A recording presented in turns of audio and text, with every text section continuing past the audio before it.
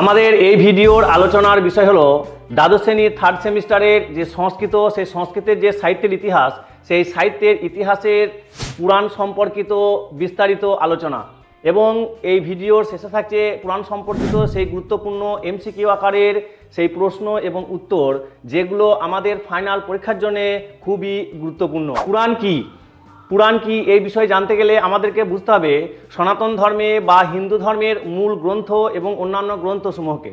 তাহলে পুরাণ হলো হিন্দু বা সনাতন ধর্মের একটা অন্যান্য গ্রন্থের মধ্যে অন্যতম এবং প্রধান গ্রন্থ। এছাড়াও থাকছে সনাতন ধর্মের প্রধান গ্রন্থরূপে থাকছে বেদ ছাড়াও যেমন থাকছে পুরাণ, ঠিক আছে। পুরাণের মধ্যে আবার বিভিন্ন ভাগ আছে, যেমন হচ্ছে মহাপুরাণ ছাড়াও থাকছে আমাদের উপপুরাণ।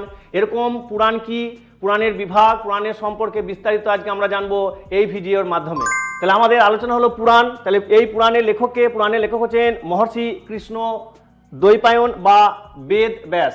তাহলে এই ব্যাসদেব বা কৃষ্ণ দ্বৈপায়নকে আমরা কম বেশি সবাই চিনি বা জানি। উনি বিখ্যাত মহাভারত রচনা করে ভারতবর্ষে খ্যাতি অর্জন করেছেন।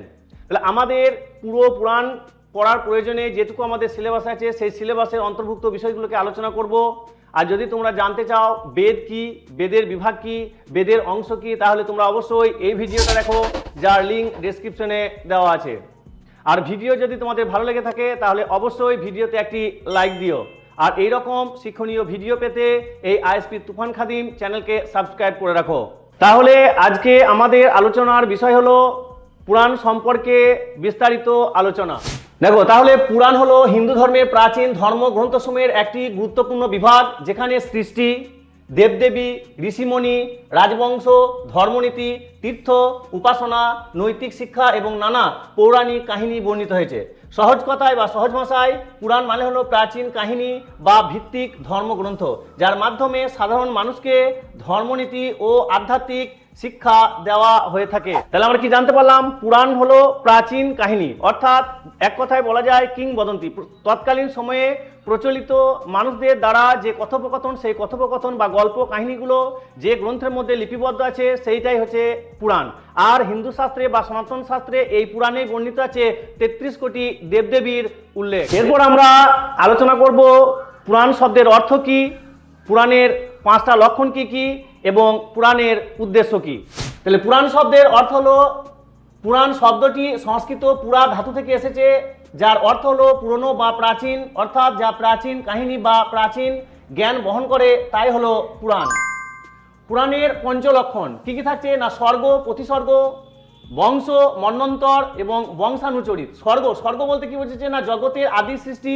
প্রতিস্বর্গ বোঝাচ্ছে সৃষ্টির পুনঃসৃষ্টি বা ধ্বংসের পর নতুন সৃষ্টি। বংশ বলতে বোঝাচ্ছে দেবতা, ঋষি ও রাজাদের বংশ পরিচয়। মন্বন্তর বলতে মনুর বিভিন্ন যুগের বর্ণনা। আর থাকছে বংশানুচরিত বলতে বোঝাচ্ছে রাজবংশের কাহিনী ও চরিত্র চিত্রণ। এরপর থাকছে পুরাণের উদ্দেশ্য।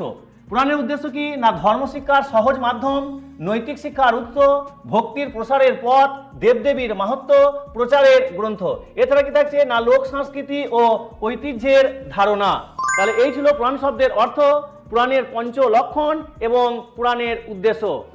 এরপর আমরা আলোচনা করব পুরাণের কি কি বিষয় থাকছে। পুরাণে থাকছে বিশ্ব সৃষ্টি ও প্রলয়, ব্রহ্মা, বিষ্ণু, মহেশ্বরের মাহাত্ম্য, দেবদেবীর জন্ম ও লীলা, অবতারের কাহিনী, ঋষিমণি ও রাজাদের কথা, তীর্থস্থান ও ব্রত কথা, পাপ পুণ্যের ফল, ভক্তি, ধর্ম, দান, যজ্ঞ এবং উপাসনা। পুরাণের যে বিভাগ, অর্থাৎ পুরাণকে প্রধানত 2 ভাগে ভাগ করা যায়। একটা হচ্ছে মহাপুরাণ আর একটা হচ্ছে উপপুরাণ।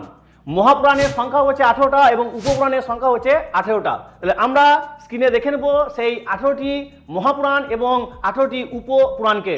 18টি মহাপুরাণের মধ্যে থাকছে 1 নম্বরে ব্রহ্মপুরাণ, 2 পদ্মপুরাণ, 3 বিষ্ণু পুরাণ, 4 শিব পুরাণ, 5 ভাগবত পুরাণ, 6 নারদ পুরাণ, 7 মার্কেন্ডীয় পুরাণ, 8 অগ্নি পুরাণ, 9 ভবিষ্য পুরাণ, 10 ব্রহ্ম বৈবর্ত পুরাণ, 11 লিঙ্গ পুরাণ, 12 বরাহ পুরাণ।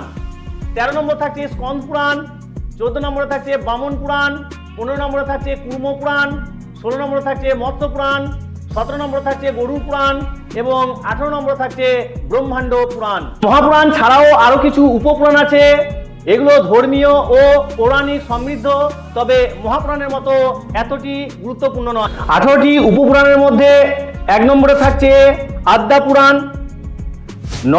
নরসিংহ পুরাণ, স্কন্ধ পুরাণ, শিব ধর্ম পুরাণ, দুর্বাসা পুরাণ, নারদীয় পুরাণ, কপিল পুরাণ, বামন পুরাণ, ঐশানস পুরাণ, ব্রহ্মাণ্ড পুরাণ, বরুণ পুরাণ, কালিকা পুরাণ, মহেশ্বর পুরাণ, শাম্ব পুরাণ, সৌর পুরাণ, পরাশর পুরাণ, মারিচ পুরাণ এবং ভার্গব পুরাণ।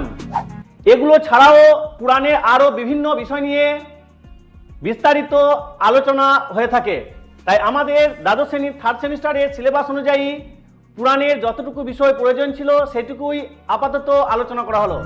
আজকের মতো এই পর্যন্ত, আবার দেখা হবে পরের ভিডিওতে।